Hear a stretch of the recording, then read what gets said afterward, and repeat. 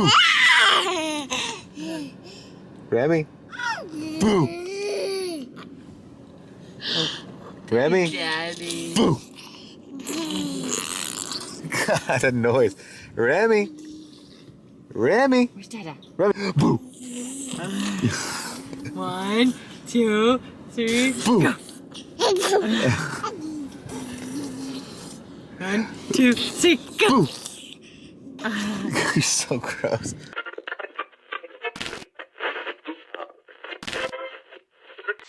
So this is the last of her birthday gifts that actually Char got this inspiration from Caitlin and Hunter Thompson because they saw little Jack, he was on it, and it looked like it was a lot of fun. And this one is climbing now, so we figured we give her something to climb that isn't that.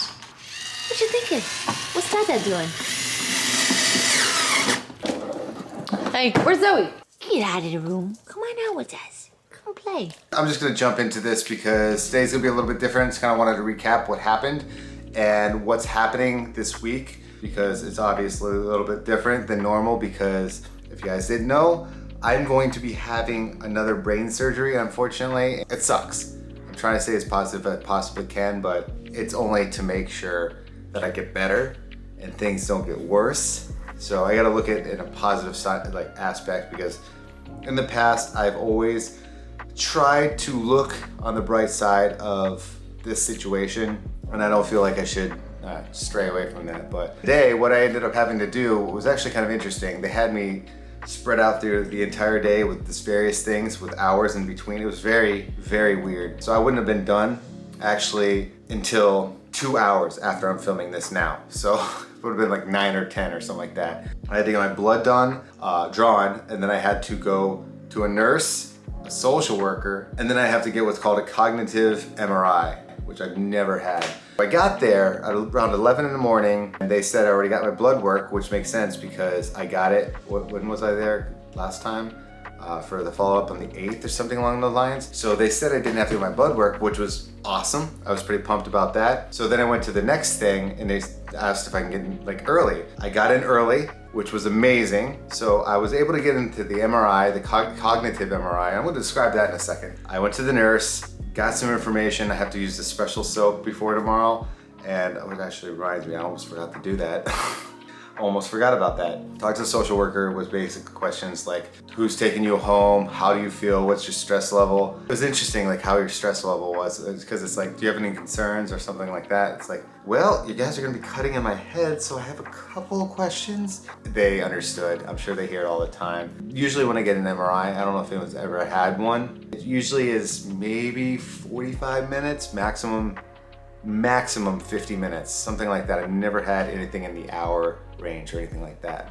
So this one was interesting because it wasn't just an MRI. Like I said, it was called a cognitive one. Basically interacting with the technician as the thing is going around and making the loud dubstep noises. It took an hour and a half is what he warned me about, an hour and a half, which at first I was like, okay.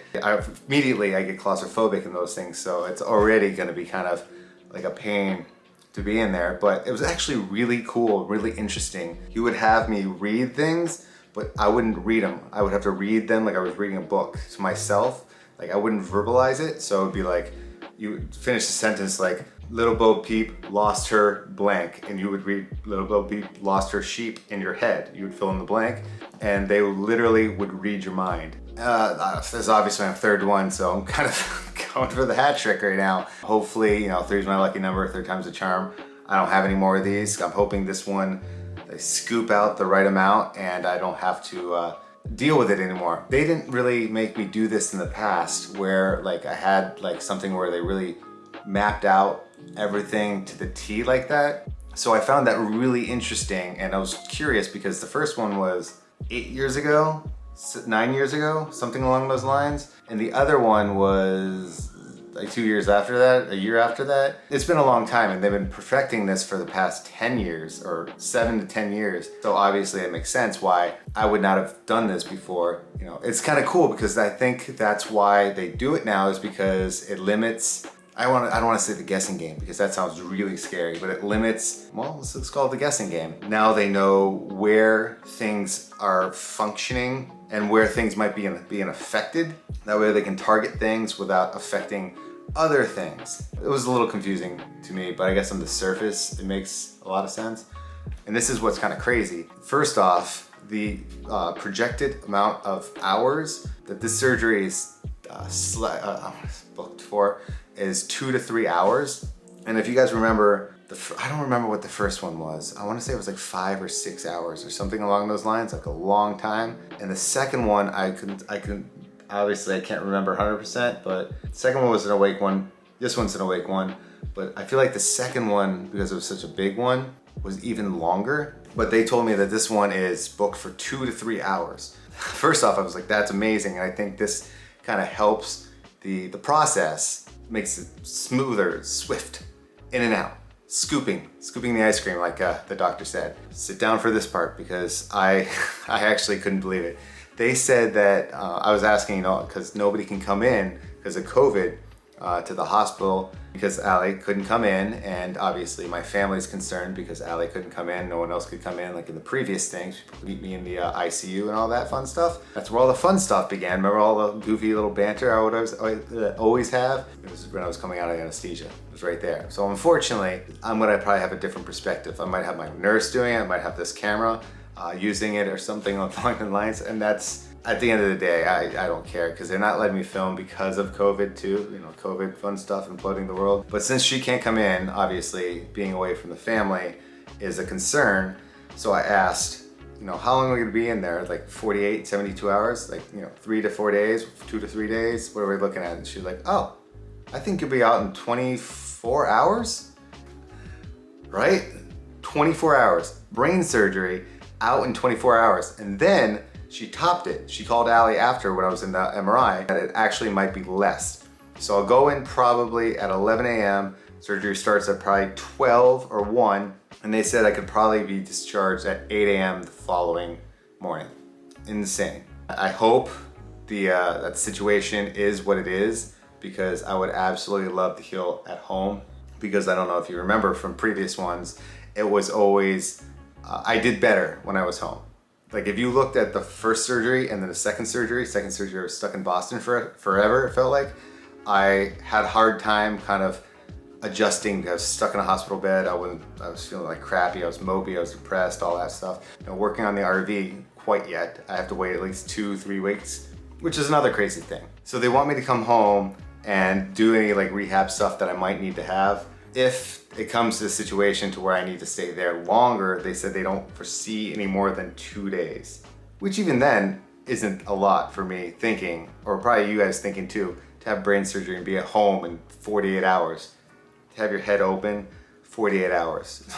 It's kind of crazy. I would be lying to you if I wasn't scared. I talk right now like I'm very upbeat, chipper, like nothing bothers me and stuff like that, but I'll be completely honest on a serious note. It does kind of scare me a little bit. I mean, major surgery in general is never fun because you don't ever know the outcome and stuff like that. I'm not being depressing and I'm not trying to be like, oh, woe is me and stuff like that. Like, I mean, it's scary because surgery, doesn't matter if it's a minor surgery, things could go wrong, and I hate saying that, and I know nothing's gonna go wrong in my heart, At the same time, you have to prepare yourself that maybe, like last time, I didn't expect my left side to go paralyzed, like, like face and all that stuff. You kind of have to prepare for that kind of stuff. The way this doctor is so confident, it makes me so confident, and that's how I'm able to talk to you guys lightheartedly and explain kind of what's going on in a fun, upbeat fashion. I say that it's because it kind of helps me a little bit.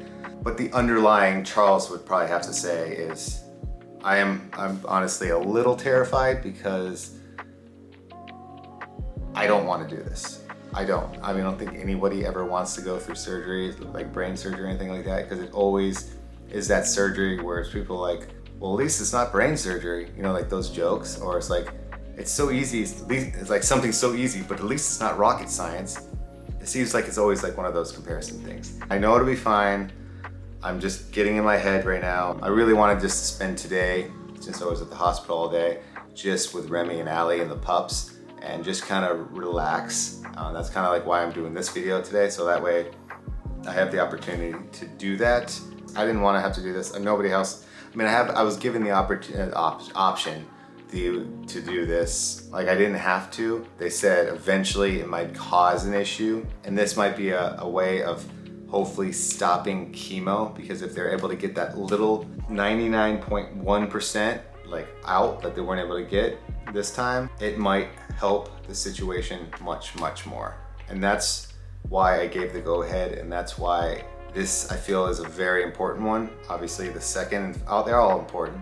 I know Allie's more nervous than I am, I think, because she doesn't know what to expect. Obviously I do. I think I'm more nervous for her and more concerned for her. I hate the fact that she has to go through this, and she's like blindsided. You know, I'm gonna come home with a horseshoe, like scar thing on my head that's kind of like terrifying looking, like Scarface. You guys have seen it, it's pretty gnarly. I feel confident in my doctor, and I feel confident in the surgery and the technology way more than I ever did. Way more. Technology is crazy advanced now. I will see you guys tomorrow. I'm gonna film as much as I possibly can. Unfortunately, because of COVID, I was originally allowed to film, but because of COVID, they had to say no, because of the fact that they couldn't allow cameras or somebody to come in and help or something like that, because they were gonna have somebody help me, like record it and do all that fun stuff. I'm gonna film as much as I possibly can up to, I've already kind of given a heads up to my nurses to, if I start saying goofy things, to pull out the camera and just start filming, just record. I'm trying to make fun of the situation, make as much light as possible, because that's how I work. With dark and scary things, I have to make fun of that and make weird, inappropriate jokes that probably make other people uncomfortable. It's weird, it makes me feel comfortable. I will see you guys in the next video. It might be tomorrow. If not, Allie's gonna probably film, and we'll do FaceTimes, and hopefully I'll make an appearance and all that fun stuff. And I'll probably be back in a video tomorrow. I don't know, it might be kind of cool. Maybe the next day, I don't know. It's going to be interesting to see how quick this turnaround will be. But thank you guys so much for watching. If I don't get the vlog up, do make sure, this sounds like a shameless plug, make sure to follow me on my Instagram, because I'm gonna update that as much as I possibly can, probably more than the vlogs, because of the fact that I will have access to that quick internet kind of thing versus long 4K uploads. If you guys didn't watch yesterday's video, it was Remy's birthday, her first birthday this past weekend, and she was so adorable, the cake smash and all that.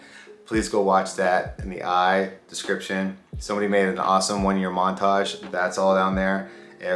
Actually, I watched that just before watching this, and I think that's what put me in a better mood, is because I watched that and it kind of got my spirits up a little bit more. Have a great night, and see you in the next video.